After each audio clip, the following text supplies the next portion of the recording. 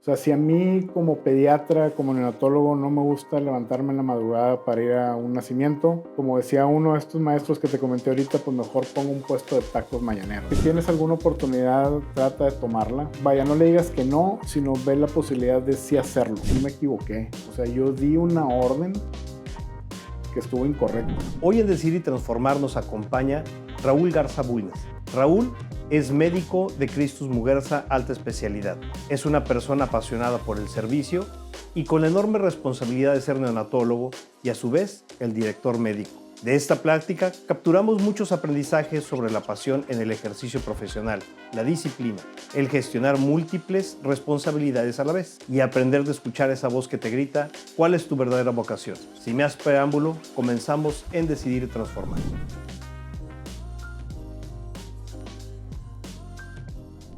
Le damos la bienvenida, Raúl. ¿Cómo estás? Gracias por estar aquí. Muchas gracias. Gracias por la invitación. Al contrario, qué bueno que estás aquí. Raúl, platícanos tus primeros pasos en tu vida profesional. ¿Cómo fueron? ¿Cómo llegas a decidir estudiar medicina? Quiero tener ahí la noción de que estás un poquito, que te empujaron, pero platícanos, por favor.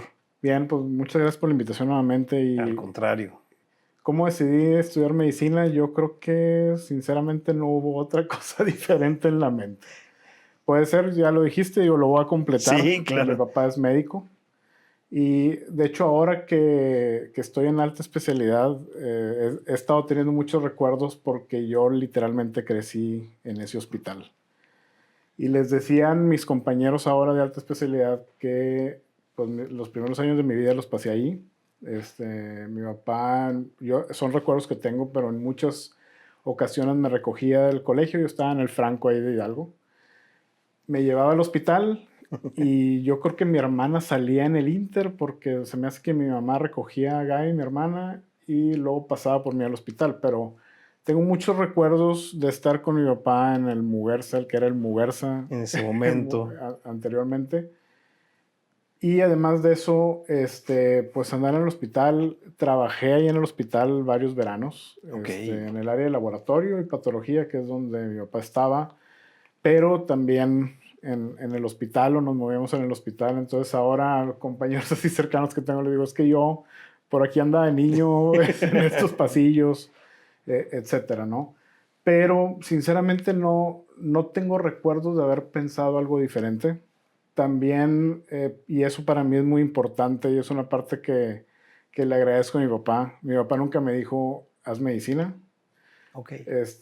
Nunca me dijo, estudia medicina. Ya que yo decidí hacer medicina, no me dijo, estudia en este lugar donde fui, en la universidad donde él estuvo.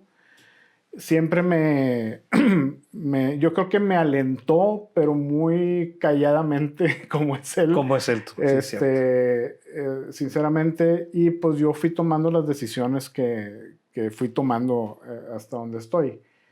Sí hay un momento, mi papá es patólogo, anatomopatólogo, y sí hubo un momento en mi vida de estudiante en donde yo quise hacer patología. Okay. Digo, él bien lo sabe, pero en el año de servicio social, de hecho, estuve en patología unos meses donde él hizo patología en Estados Unidos y regresé encantadísimo. O sea, regresé inclusive con carta del director de allá, etcétera. Pero en ese momento entro al servicio social y en el año de servicio social me encantó la consulta pediátrica. O sea, me encantó y pues tomé la decisión de ser médico pediatra. De ser médico pediatra, de presentar el examen nacional para pediatría. Y bueno, pues hice pediatría, luego hice neonatología, que es la atención de recién nacidos y bebés prematuros y todo eso. Entonces, esa es en la parte profesional, vamos a decir, médica, y pues ese fue el camino. Sinceramente no recuerdo haber pensado en alguna otra cosa. Me gustaba dibujar de niño, y a lo mejor arquitectura de repente, pero nunca lo pensé así como para entrar. O sea, siempre fue medicina y la verdad es que hasta el momento encantadísimo con la decisión. Oye, pero ahorita también dijiste, es la universidad que dejó mi papá. Me imagino que es en la Universidad Autónoma de Nuevo León. Mi papá sí, yo no. Yo en la Universidad de Monterrey. Universidad de Monterrey. Sí. Pues que a mí me llama la atención, tenemos tres instituciones muy importantes y muy fuertes aquí, que es obviamente la Universidad Autónoma de Nuevo León, la UDEM y el Tecnológico de Monterrey, ¿no? Entonces, Híjole, eso se me hace muy padre de que nuestra ciudad tenga 3 diferentes aristas para los jóvenes puedan Sí. decidir estudiar la carrera de medicina. Y de tu experiencia de infancia y juventud, pues ya nos dijiste, entonces ahí estabas en el hospital. Qué interesante, porque aparte te fuiste enamorando de la carrera tú solo, nadie te fue Sí, diciendo no. hacia dónde. Así fue.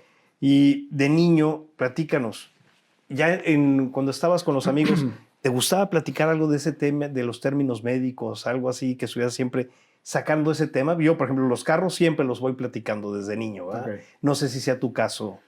Yo creo que sí. Digo, yo creo que esa exposición al hospital, a estar con mi papá, a pasar tiempo, y luego los veranos ya en secundaria, que es donde te vuelves más amiguero, vamos a decir. Claro. Los veranos que me los pasaba ahí, o sea, trabajando literalmente. A lo mejor no en áreas médicas, pero pues sí en el ambiente hospitalario. Y pues sí, las pláticas con los amigos de secundaria, que son los amigos que hasta el momento, un buen grupo de amigos que tenemos ya Sí, 30 y claro. tantos años juntándonos. Somos 2 los médicos que estamos en ese grupo. Interesantemente, el otro médico es hijo de 2 compañeros de carrera de mi papá. Qué chistoso. Sí. Y también interesantemente, tienen 3 hijos igual que mis papás y somos de la misma edad. Ok. De las mismas edades. Entonces, de hecho, conocidos y mi hermano con su hermana, muy amigos también. Pero, pues sí, siempre era como que Raúl para medicina, Raúl el doctor o el hijo del doctor, igual que con este amigo Gerardo, ¿no? Mira, Y qué para padre. allá íbamos inclinados. Oye, ¿quiénes han sido en ese trayecto gente que te ha inspirado, que ha sido mentores, que te han guiado en este camino de carrera profesional como médico? Pues sí, debo mencionar en primer lugar a mi papá. O sea, mi papá ha sido un gran ejemplo, no nomás profesional, sino de vida, de matrimonio, de conformación de familia, etcétera. Pero en la parte profesional, yo creo que es un gran ejemplo de vida profesional como médico y de comportamiento, de actitud, de servicio, etcétera, ¿no? Es mi principal ejemplo. Sí tengo otros. En el camino te topas con muy buenos maestros. Ujú. Mi profesor de pediatría ya en la residencia, Manuel Silva, también. Para mí, yo le digo mi papá en pediatría. Claro, ¿sí? claro. Y mucho de lo que soy hoy como pediatra, inclusive algo de lo que soy, porque él fue jefe de pediatría de la maternidad Conchita, varios años de lo que soy hoy como director o como Ujú. directivo, también se lo aprendí a él, porque entre que él me enseñaba y yo le aprendía y luego trabajé con él unos años, o sea, en el mismo consultorio, me invitó a trabajar con él, etcétera. Hay cosas que se me quedaron y que yo he tratado de replicar de lo que aprendí de él. Tengo varios maestros en pediatría, principalmente el doctor Víctor Lara. Tuve un buen tutor en la carrera de medicina, que luego fue vicerrector de Ciencias de la Salud de la UDEM, el doctor Eduardo García Luna, que también, mi gran admiración y todo un ejemplo. Pues, él, luego lo platicábamos años después, ya en otro ambiente, pero él fue mi tutor entrando a medicina. Ok. De haber tutoreado a mil estudiantes. Y entre esos tú. Entre esos yo, pero yo le platicaba años después porque teníamos relación entre la UDEM y Conchita y me lo topé luego más seguido, que pues yo recordaba sus tutorías en esos primeros semestres. Tengo otros ejemplos así muy marcados para mí. Tuve la oportunidad de estar en Houston mientras hacía pediatría y luego cuando hice neonatología. Cuando estuve en pediatría estuve con el doctor Fernando Stein, que él es un intensivista pediatra. También quizá poco tiempo que me tocó estar con él directamente, aunque hay una relación que ha perdurado, fue muy importante y él me enseñó muchas cosas. Y el otro es el doctor Gerardo Cabrera Mesa, los 2 guatemaltecos Mira. que residen en Houston, que él sí es neonatólogo y pues para mí es como mi papá de neonatología en Estados Unidos, el tiempo que estuve allá, y que con él mantengo una relación muy estrecha, aunque no nos veamos tan seguido, pero Claro, casi nos escribimos todos los días y y ha estado con mi familia acá, así como nosotros hemos estado allá, etcétera, ¿no? Entonces sí, pues a lo mejor esas 4 o 5 personas, así como ejemplos, hay muchos en el camino. O sea, he tenido la fortuna de tener contacto y relación con mucha gente pues muy brillante. Raúl, de lo que nos has estado contando ahorita, de estos mentores, a ver, ¿puedes ejemplificarnos 2 o 3 cosas para que la gente pueda escuchar decir? Porque al final de cuentas yo creo que de eso es donde más aprendemos, en ese contacto, como lo decías ahorita, en esa mentoría, que te den una tutoría. Platícanos en ese sentido, por favor, Raúl. Claro, bueno, mi papá, todo. Sí, actitud, servicio y bueno, él en los últimos años ha estado muy metido en la parte de bioética y entonces Ok. esa parte yo considero que es muy importante en nuestra práctica profesional. Entonces la forma en cómo él se ha conducido, no tenemos la misma especialidad, no escogí la que, La la que en algún patología, momento sí. pensé en escoger, pero pues esas generaciones de mi papá veían una medicina como, yo le digo, totalitaria, ¿no? Entonces, pues él también sabe de pediatría y de neonatología y es un buen ejemplo por eso. De Manuel Silva, que fue mi jefe en pediatría y luego tuve la oportunidad de ser su socio un tiempo.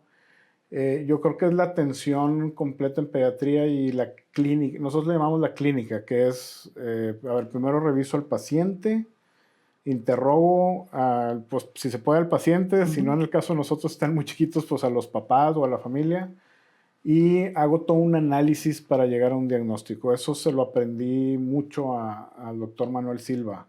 En ese aspecto, Víctor Lara, que fue mi otro profesor en neonatología aquí en Monterrey, la parte de, le voy a llamar en general investigación, pero yo creo que es la parte de preguntarnos o cuestionarnos lo que estamos viendo enfrente con los pacientes. Claro.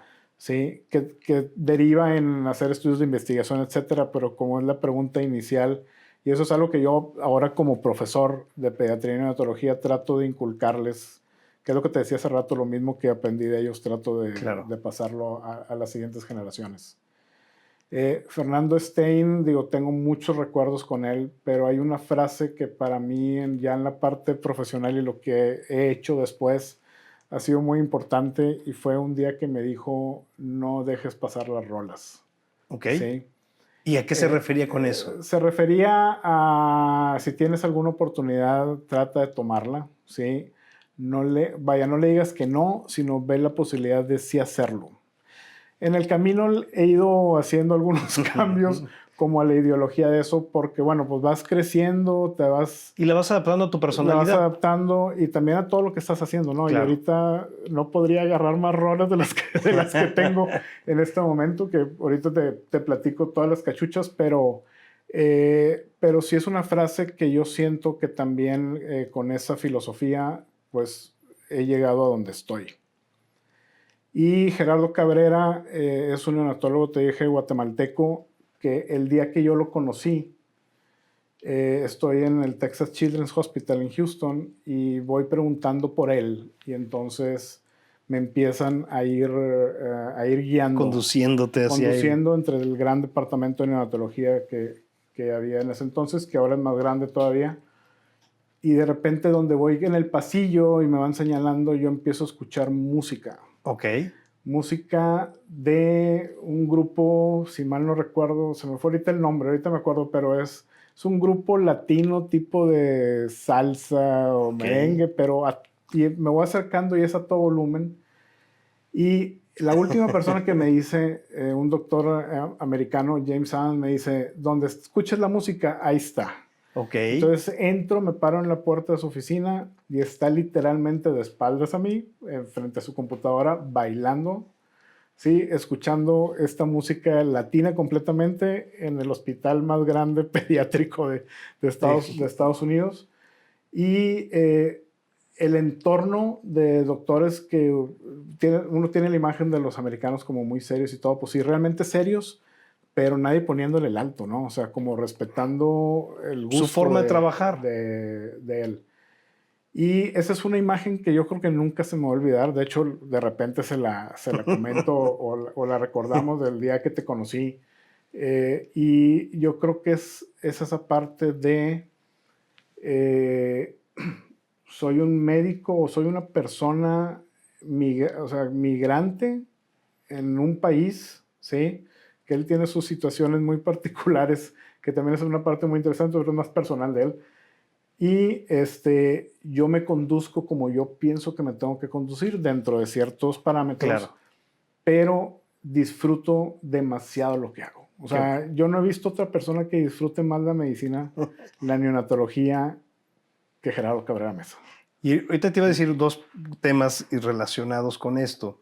El primero es de admirar a los médicos porque terminas medicina general, luego es tu año de que se van a hacer sus prácticas, Servicio social, sí. servicio social, y luego la especialidad, y luego la subespecialidad, ¿verdad? Otra especialidad y si le quieres seguir. Exacto, entonces dices, híjole, y bueno, ¿y cuándo salgo a trabajar de verdad, no? Porque, digo, yo tengo varios amigos médicos asegurados del despacho, tengo el gusto de que son ya asegurados de hace 15, 18 años, y ahora sí que me ha tocado irlos viendo crecer. Y me da mucho gusto verlos cómo van desarrollándose profesionalmente, pero sí es una friega estar en ese punto, ¿no? Entonces, eso es un tema importante. Y por otro es, ahora, has tocado con todos y cada uno de ellos, empezando con tu papá, el tema de valores, principios. Pues ahora sí que cuando empezaste a verlo con tu papá de niño, que fue una de las cosas que te atrajo, cómo se conducía en su vida profesional, al que tú tengas gente a tu cargo, me imagino, quiero pensar, pero platícanos, ¿cómo transmites esos valores para que siga funcionando a tu forma de ser el hospital? Sí, pues yo creo que una parte es la forma de ser y otra es lo que he aprendido en el camino, principalmente con ellos cinco, ¿no? Muchas de las cosas he tratado no de copiarlas, pero sí de hacer cosas semejantes que a mí en lo personal me funcionaron. Ok. Y hay una parte en la medicina principalmente que yo lo he platicado y discutido con mi papá y quizá con Manuel Silva también. La forma en cómo ellos aprendieron medicina es completamente diferente a como yo la aprendí y las nuevas generaciones están aprendiendo de una forma completamente diferente de como yo lo aprendí y mucho más distanciado de cómo aprendieron estas otras generaciones más atrás que nosotros. Claro. ¿No? Pero a mí se me hace muy interesante cómo aprendieron y cómo desarrollaron su mente. Y pues actualmente la información la tenemos En una en tableta, el momento. ¿no? O sea, las nuevas generaciones no batallan con, no sé, voy a decir cosas técnicas, pero saber el ciclo de Krebs. Ok. ¿Sí? O la anatomía completa del brazo, o cosas de ese tipo, porque en 2 o 3 segundos escribes, te aparece la imagen tridimensional explicada con audio en español, inglés, como quieras. Pero la parte del juicio clínico, la parte del pensamiento analítico, cuando tienes al paciente enfrente, que nosotros decimos coloquialmente que no leyó el libro, porque Ok. es muy fácil tener al paciente que pues es una copia de lo que leíste en el libro o lo que te está diciendo ChatGPT Literal. actualmente es, pero no todos son así. Entonces, esa parte para mí siempre ha sido y sigue siendo una interrogante de cómo pasarla a estas nuevas generaciones. Yo siempre les digo, soy profesor de posgrado en pediatría y neonatología y generalmente antes del 1 de marzo, que es cuando entra cada año académico, tenemos una sesión que le llamamos encuadre. Y yo les digo en el encuadre al final, pues necesitan checar pacientes, necesitan leer, necesitan estar al pendiente de esto y lo otro. Y también en el momento en que están en los exámenes finales, en las graduaciones, me gusta mucho decirles que nunca dejen de sorprenderse. Porque todos los días te puede aparecer algo nuevo. Claro, claro, por y supuesto. en medicina más, ¿sí? Y- Entonces, si uno está pensando que no, hombre, en pediatría, yo tenía un profesor de salud pública que decía, si ustedes se aprenden vamos a decir que el 80-20 de los diagnósticos que van a ver en la especialidad que hagan, ya con eso van a resolver el 80-90% de las situaciones que se les presenten. pero no es tan sencillo, no es tan específico, Claro. sino puedes tener una infección de garganta que esté complicada con otra cosa, ¿verdad? Y no nada más es la infección de garganta, sino es la otra cosa también, y tienes que aprender a sospecharla. Entonces, Claro. esa parte de, hay algo que me llama la atención, que no me cuadra con lo que estoy viendo, hay que buscarle más. Sí, porque ese 80-20 es, oye, pues sí, perfecto. O sea, ese 80 que puede ser una generalidad, pero al 20, ¿cómo lo voy a tener? Sí. Entonces, esa ha sido como mi interrogante como profesor. Ok. Todos estos años de cómo lograr que las nuevas generaciones sí utilicemos estas nuevas herramientas de tecnología que tenemos, pero que hay una parte que estas herramientas no la pueden hacer. Todavía no sé si más adelante pensamos que no, pero bueno, han avanzado tan rápido las cosas en los últimos años y meses que es difícil decirlo, pero sí hay una parte todavía que como seres humanos tenemos que respetar y tenemos Sí. que tener un poquito de eso, de respeto y de no dejar de asombrarse, ¿no? Y tener ese criterio, ¿no? Al final de cuentas, de qué se va a Sí. decidir sobre todo en las cirugías, que Ujú. es más complicado. Y me voy a un tema diferente, parte que puede ser ego personal. Tu mayor éxito, ¿cuál ha sido? ¿Cuál es lo que dices, híjole, pues llegar a este puesto, esta cirugía, esta situación, evidentemente viene el tema familiar? ¿Cuál ha sido el Sí. mayor éxito profesionalmente hablando? Pues digo, para mí lo puedes dividir entre la parte clínica y administrativa, pero para mí en lo personal lo clínico es lo más importante. ¿Es lo que más te gusta? Sí, o sea, yo soy neonatólogo, veo bebés prematuros, Ok. entonces pues nuestros mayores éxitos o mis mayores éxitos y no han sido míos, ese es el otro punto. O sea, somos todo un equipo de trabajo. Y Interdisciplinario. como le digo a los papás en cada entrevista cuando acabamos de meter un bebé a terapia intensiva, el que hace casi todo el trabajo es el bebé. O sea, uno nada más está apoyando ahí, bueno, toman las decisiones, pero es el apoyo. Pero quizá, pues bebés muy pequeñitos de 25 semanas de embarazo, de 400 gramos, que han salido adelante agraciadamente, pues sí consideramos que sean nuestros más grandes éxitos. Pues claro. En la otra parte, en la parte clínico-administrativa como director médico, creo que lo que sucedió en el hospital donde estaba en ese entonces, que era Conchita, Sí. durante la pandemia, yo lo considero un éxito porque fuera de la expectativa que se tenía y de pues un montón de desorden que hubo a nivel mundial, gracias también a un buen equipo de trabajo, principalmente al jefe de calidad en ese entonces y al jefe de epidemiología, y bueno, todo el personal y todo, pero como que nos amarramos bien los pantalones y no tuvimos ninguna crisis de la que sucedió desgraciadamente en otros lados. Claro. Entonces, tuvimos muchos pacientes, de hecho, muchas mujeres embarazadas que llegaban a tener Qué bebés terrible.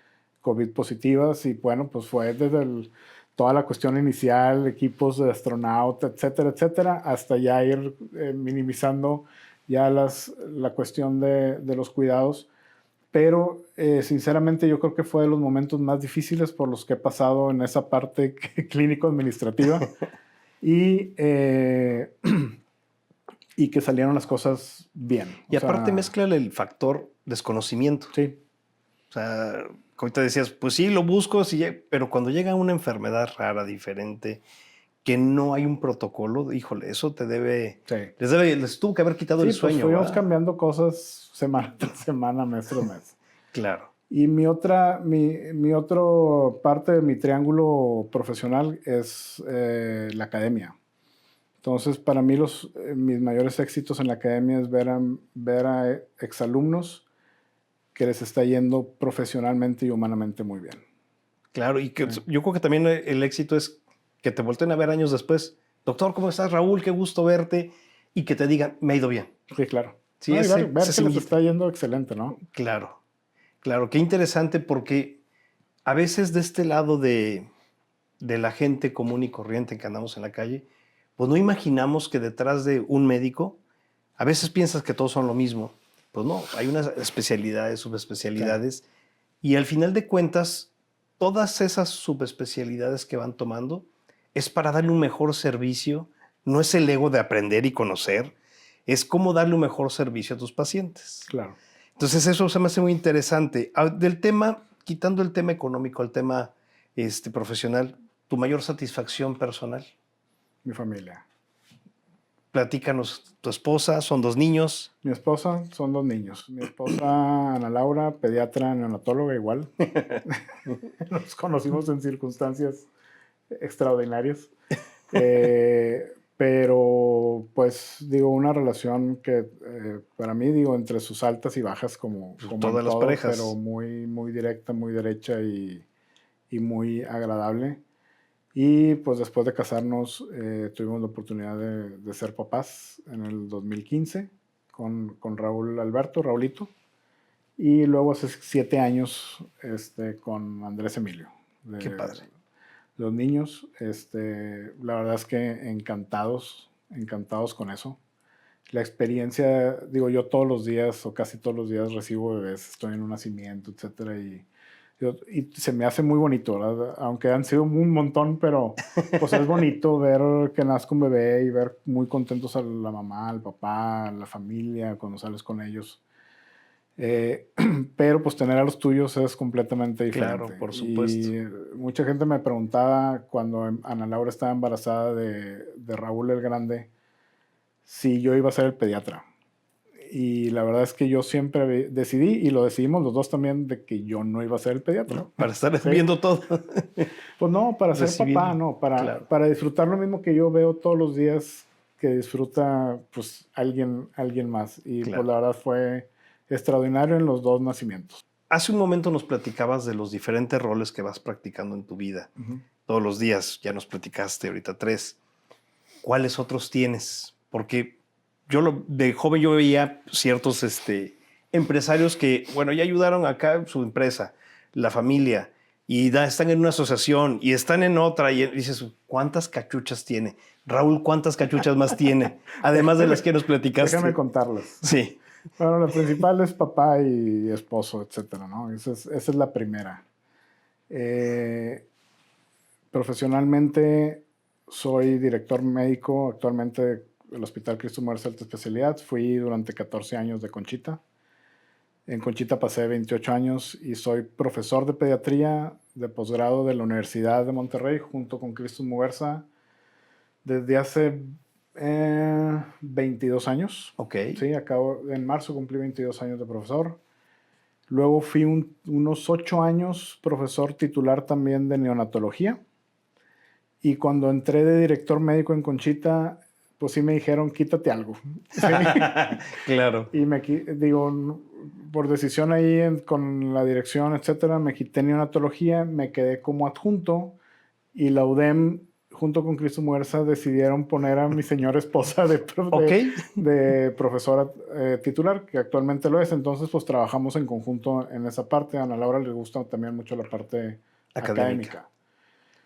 Fui jefe de enseñanza un tiempo también. O sea, profesionalmente tuve 4 posiciones estando en Conchita en el 2012. Actualmente soy vicepresidente de la Federación Nacional de Neonatología de México. Wow. Y fui vicepresidente y presidente del Consejo de Certificación Nacional de Neonatología de México. Okay. Que eso, pues también académicamente hablando y profesionalmente hablando, pues es algo que se dio por aras del destino, las relaciones, pero pues con mucho gusto lo desempeñé, lo del consejo. Una parte académica que a mí me encanta y que es como la vigilancia académica de la práctica de la neonatología en todo el país y las relaciones y conexiones que haces con neonatólogos de todo el país.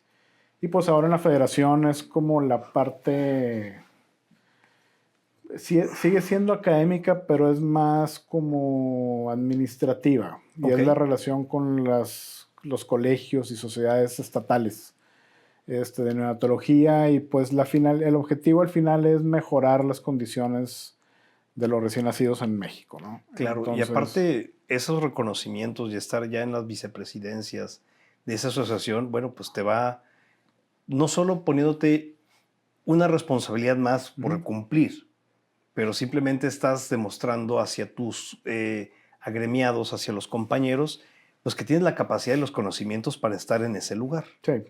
Sí, entonces, híjole, pues ¿cuántas cachuchas, Raúl? Sí, le decía, hoy platicaba con eso, con el director general de alta especialidad, que es un doctor, también amigo, y que bueno, pues ahora estoy trabajando nuevamente con él desde hace un mes y medio. Le decía esa parte que de repente otra cosa más y como si, como si tuviera tiempo de hacerla. Claro. Pero bueno, digo, se han dado por cuestiones ahí entre deseo y destino, y a final de cuentas el objetivo es el mismo en todos los aspectos, tratar de que la práctica de la medicina, de la pediatría, de la neonatología, cada vez sea mejor, ¿no? En nuestro país. Claro. Me voy a cambiar el tema por completo de área. Ahorita te lo comentaba antes aquí detrás de las cámaras. El tema del fracaso, el error, el equivocarse. Lo he comentado muchas veces aquí en los diferentes podcasts, que nuestra cultura latina te enseña que el error, el fracaso, es rechazo, ya estás mal, no lo hiciste. Me ha gustado mucho buscar y leer el tema sajón, de este tema con los sajones, y es al contrario, es como cada vez estás más cerca de hacer las cosas correctas.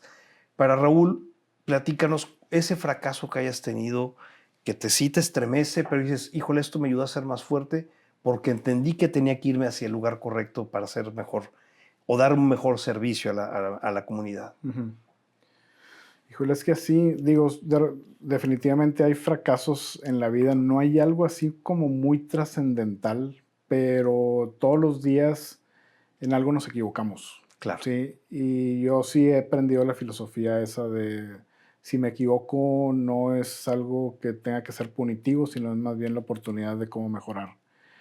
Y pues me he equivocado, o sea, me he equivocado en dosis de medicamentos, me he equivocado en la atención de pacientes, me he equivocado en decisiones estratégicas en los puestos que he tenido en la jefatura de pediatría, en la dirección en Conchita. Pues llevo poquito tiempo acá en alta especialidad, pero pues un día me voy a equivocar, ¿no? Claro. Y es más que todo, vaya, no te puedo decir si tuve un traspiés así que me terrible marcó o terrible. Agraciadamente no lo he tenido. Gracias a Dios. Pero sí sucede. De hecho, ahí en Conchita dábamos una semana de conferencias, le llamamos la Semana de Calidad. Ok. Y yo en varios de los años di una conferencia donde yo ponía un caso en el que yo me equivoqué. Claro. Y era más que todo para que la demás gente pues vea que pues el director también se equivoca. O sea, no somos dioses ni somos otra cosa. Perfectos, nada. Y cómo aprendemos de esos errores. Y bueno, lo primero es aceptar, ¿verdad? Que eso es importante. Primero aceptar, sí me equivoqué. O sea, yo di una orden que estuvo incorrecta. Claro. Sí, que agraciadamente no llegó a afectar tanto al paciente. La trascendencia. Sí, pero al final de cuentas fue una orden incorrecta. Y entonces, pues escudriñar por qué fue, cuál fue la razón, hacer todo el análisis y darnos cuenta que esos tipos de análisis, eso lo vemos mucho en calidad en medicina, que lo asemejan mucho, o más bien medicina lo aprendió de la calidad y seguridad en aviación, ¿sí? El cómo escudriñar todo lo que sucedió que terminó en un error, una tragedia, etcétera, para poder redefinir un montón de acciones o ciertas acciones dentro de la institución, el hospital, el departamento, etcétera. Sigue siendo, y ahorita lo acabas de comentar, la diferencia entre la cultura sajona y la nuestra. Nosotros los latinos seguimos tendiendo a esconder nuestros errores. Y eso es un error. Claro. Valga la redundancia. Y eso es lo que nosotros tratamos de enseñar, ¿sí? Y para mí en lo personal, sí llegué al punto en el que no me importa aceptar que me equivoqué, y no nada más aceptarlo, sino presentarlo ante los 500 colaboradores del hospital, ¿sí? O inclusive creo que alguna vez di la conferencia así como que a todo el grupo Christus Muguerza sobre eso, porque pues eso hace que los errores que sucedan pues no sean tan grandotes, ¿sí? Claro. O sea, metiendo medidas de seguridad, etcétera. Preventivas. Sí. Pero pues digo, sí ha habido en la época de la pandemia, te digo, las cosas salieron muy bien en el hospital donde estaba, pero hubo, o sea, hacíamos cambios y me discutí hasta con profesores míos, discusiones así fuertes Claro. por la atención de los pacientes, que a la vuelta de 1 año, 2 años, pues resulta que todo lo que yo discutía, que era lo que sabíamos en ese entonces, pues no estaba tan bien, ¿verdad? Ya. O sea, que lo pudimos haber hecho un poco diferente. Claro. Entonces, sí, perdón, pero no te puedo decir así que yo recuerde algo así como que garrafal, como un fracaso, pero sí he tenido. O sea, Claro, como claro. cualquier otro ser humano, sí he tenido fracasos. He aprendido, agraciadamente, a reconocerlos y a escudriñarlos, y es algo que también me gusta enseñar. Claro. Raúl, si el día de hoy alguien se acerca contigo y te dice, oye, ¿qué consejo me das en este punto de mi vida? Que voy a estudiar una carrera, que estoy jubilándome, que quiero cambiar de giro. ¿Cuál sería tu recomendación, tu consejo que le puedas dar a una persona? Yo creo que el principal consejo es busca lo que realmente te guste, ¿sí? O sea, no lo busques porque o vas a ganar más dinero, o alguien te lo recomendó, o viste que a alguien le está yendo muy bien, no nada más económicamente, sino Ujú. profesionalmente, porque realmente si entras o haces algo que no te guste, tarde o temprano, pues vas a terminar más amolado de lo que puedes Complicado. estar, o complicado. Entonces, yo creo que hacer las cosas porque realmente te gusten. Eso es algo que yo en las entrevistas, en pediatría, pero más en neonatología. Neonatología es una especie, bueno, las dos, pero neonatología Claro. demanda mucho. Y recuerdo a alguien que una vez me dijo, es que yo quiero hacer neonatología. Y le digo, ¿seguro que quieres hacer neonatología? Me dice, sí quiero hacer neonatología, pero te voy a ser sincero, no quiero ser o no quiero hacer lo que tú haces. Y yo le decía, bueno, ¿y a qué te refieres con eso? Dice, pues yo no quiero estar ahí todo 72 horas pegado con el paciente, no quiero levantarme en las madrugadas, Ah, etcétera. no Entonces, es. yo le contesté, pues no hagan neonatología. O sea, porque Claro. neonatología, si la quieres hacer bien, se trata de esto, ¿sí? Digo, hay de todo en la viña del Señor, pero pues lo mejor sería esto, ¿verdad? Por los pacientes. Sí, sí, sí. Entonces, yo creo que es eso. O sea, si no te gusta o no quieres No te hacer apasiona. lo que se requiere y un poco más, ¿sí?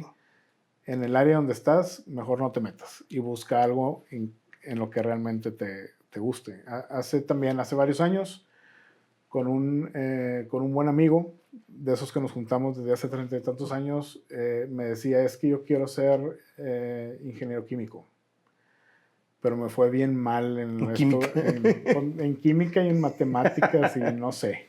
Este, y, y le digo, me dice, se me hace que me voy a meter a esto, no sé, administración o lo que sea. Digo, otro que no tenga nada que ver con la química. Y yo le decía, a ver, si quieres ser, o sea, ¿te gusta la química? Me dice, me encanta la química. Digo, pues espérate 6 meses, o Date la sea, oportunidad. y métete a química. No cometas ese error porque al rato te vas a estar arrepintiendo. Tarde o Claro. temprano, Ujú. yo creo que uno se puede arrepentir de eso. Digo, en medicina pasa mucho, me imagino que también en las otras carreras, Todas. pero por ejemplo en medicina, mi generación entramos 52. De esos 52 nos graduamos 6. Wow. Sí, o sea, en el camino van saliendo por una cosa o por la otra, pero recuerdo pláticas con amigos que estamos ahí y me dice, es que a mí no me gusta la sangre. No, pues no. Pues digo, a menos de que vayas a hacer alergias o dermatología, pero tienes que pasar por esto, me dice, pero no me Radiología, güey. gusta. Claro. Pues no estás hecho para este rollo, ¿no? O sea, y se salió y estudió otra carrera y es excelente en lo que hace. Es esa parte. A lo mejor entrábamos muy chicos a la carrera y todavía no teníamos la capacidad Conciencia de de todo lo que. discernimiento y conciencia de eso, pero para mí lo más importante es estar haciendo lo que a uno le gusta. Claro. O sea, si a mí como pediatra, como neonatólogo, no me gusta levantarme en la madrugada para ir a un nacimiento, como decía uno de estos maestros que te comenté ahorita, pues mejor pongo un puesto de tacos mañaneros, ¿no? Claro. Y a lo mejor me va mejor económicamente. Por supuesto. Pero pues estoy haciendo lo que me gusta. Claro, claro. Raúl, ¿cuál es el legado que quisieras dejar tú en tu sector como médico, como neonatólogo y a tu familia? Que recuerden a Raúl por esto. ¿Qué es lo que te gustaría? Yo creo que me gustaría dejar el legado de haber trabajado y vivido con una buena actitud en todos los sentidos, con la familia, profesionalmente, académicamente, como doctor, como administrador. El servicio, digo, me gusta mucho servir, entré a medicina en buena parte por eso, por los ejemplos que hace rato di, pero ese legado y la trascendencia del legado del servicio, ¿sí? Hoy me lo decía hace rato, hablaba con un doctor de la generación de mi papá y exactamente me decía eso, me decía: Raúl, las cosas actualmente están de la patada. Utilizó otra palabra que no puedo decir aquí. Sí puedes, no Porque te así apures. habla él. Me dice: pero Raúl, yo te voy a insistir, porque yo le estaba hablando como director a alguien que pues es maestro, Claro, mi amigo claro. de mi papá, y etcétera, ¿no? Digo, esa posición en la dirección es complicada por eso, Claro. porque conoces y te toca, pues a veces llamar la atención a gente que te enseñó. Me decía: pero Raúl, yo fui y di el servicio, ¿sí? Y para mí eso es lo más importante. O sea, yo le di el servicio a la paciente y la paciente quedó sumamente contenta con mi servicio. O sea, toda la parte administrativa, porque era una llamada de atención o una cuestión administrativa, me vale queso. Claro, ¿sí? claro. Y eso a mí me gustaría que trascendiera, porque actualmente ha ido cambiando. O sea, nos hemos ido enfocando más a la parte económica. Muchas de las discusiones en medicina, pues tú también estás metido ahí, son económicas y que si el seguro pasa, que si el seguro no pasa. De hecho, era una cuestión de la aseguradora. Pero hemos ido dejando, desgraciadamente, un poco al lado al paciente y la actitud y el servicio con el paciente y también los pacientes, no es nada más una cuestión de los médicos. O sea, también los pacientes están muy enfocados en la parte financiera y administrativa. Todo, sí. ¿Sí? Tú también debes de saberlo muy bien eso. Muy bien. Y es algo que a mí me llama mucho la atención. Lo he platicado con mi papá, que tiene pues, muchos años de experiencia en esto. Lo he platicado muchas veces sobre esta cuestión de cómo ha ido cambiando Sí, por completo. el enfoque. Recuerdo una situación con alguien estando en el IPADE tomando el D1 y no sé qué tema salió y empezaron a hablar de los doctores. Yo era el único doctor en la generación y entonces alguien empezó a ensalzar a los doctores, ¿sí? Y los doctores son casi dioses y hacen maravillas y bla, bla, bla. Entonces digo, yo no decía nada, calladito, me bonito, y empezó a haber comentarios, pero de repente alguien levanta la mano y dice: todos ustedes están equivocados. Digo, a sabiendas también de que yo soy médico. doctor. Y dice: los doctores actualmente se dedican nada más a sacar dinero. Y esa es la experiencia que él tenía, pero no está muy distante de lo que vemos tristemente cada vez más frecuentemente.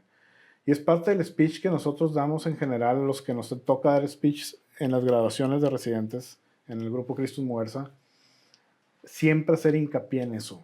O sea, sí es importante y bueno, tenemos que vivir de algo, ¿verdad? Pero no se pasen de la raya. Claro, claro. Y enfóquense en el paciente, enfóquense en el servicio. Yo te puedo decir, englobando mis áreas todas tus cachuchas, que hacer las cosas bien, enfocado en el servicio y todo, tarde o temprano te paga. Claro, por supuesto. A lo mejor no te pagas del primer día. No. Y a lo mejor no te paga tanto como ganaban las otras generaciones, que actualmente ya no es así. Bueno, algunos sí, pero yo creo que es parte del enfoque, el otro enfoque. Pero también tarde o temprano brinca la liebre, como dicen. Claro. Tarde o temprano, si uno no hace las cosas adecuadamente, brinca la liebre. Entonces, ¿para qué te vas a meter en una bronca gratis posteriormente, cuando uno puede hacer las cosas bien desde un principio, llevar las cosas en paz y los familiares? En el caso de nosotros, hablo de familiares porque veo niños, pero los pacientes, los familiares quedan sumamente agradecidos. Sí, porque al final de cuentas en tu área, pues el paciente no va a poder dar su punto de vista, ¿no? Son los papás de esas criaturitas. Raúl, te agradezco muchísimo que hayas estado aquí. Ángel, muchas gracias. Bienvenido, esta es tu casa. Gracias a todos ustedes por estar en Decir y Transformar. Con nosotros estuvo Raúl Garza Bulnes. Hasta luego.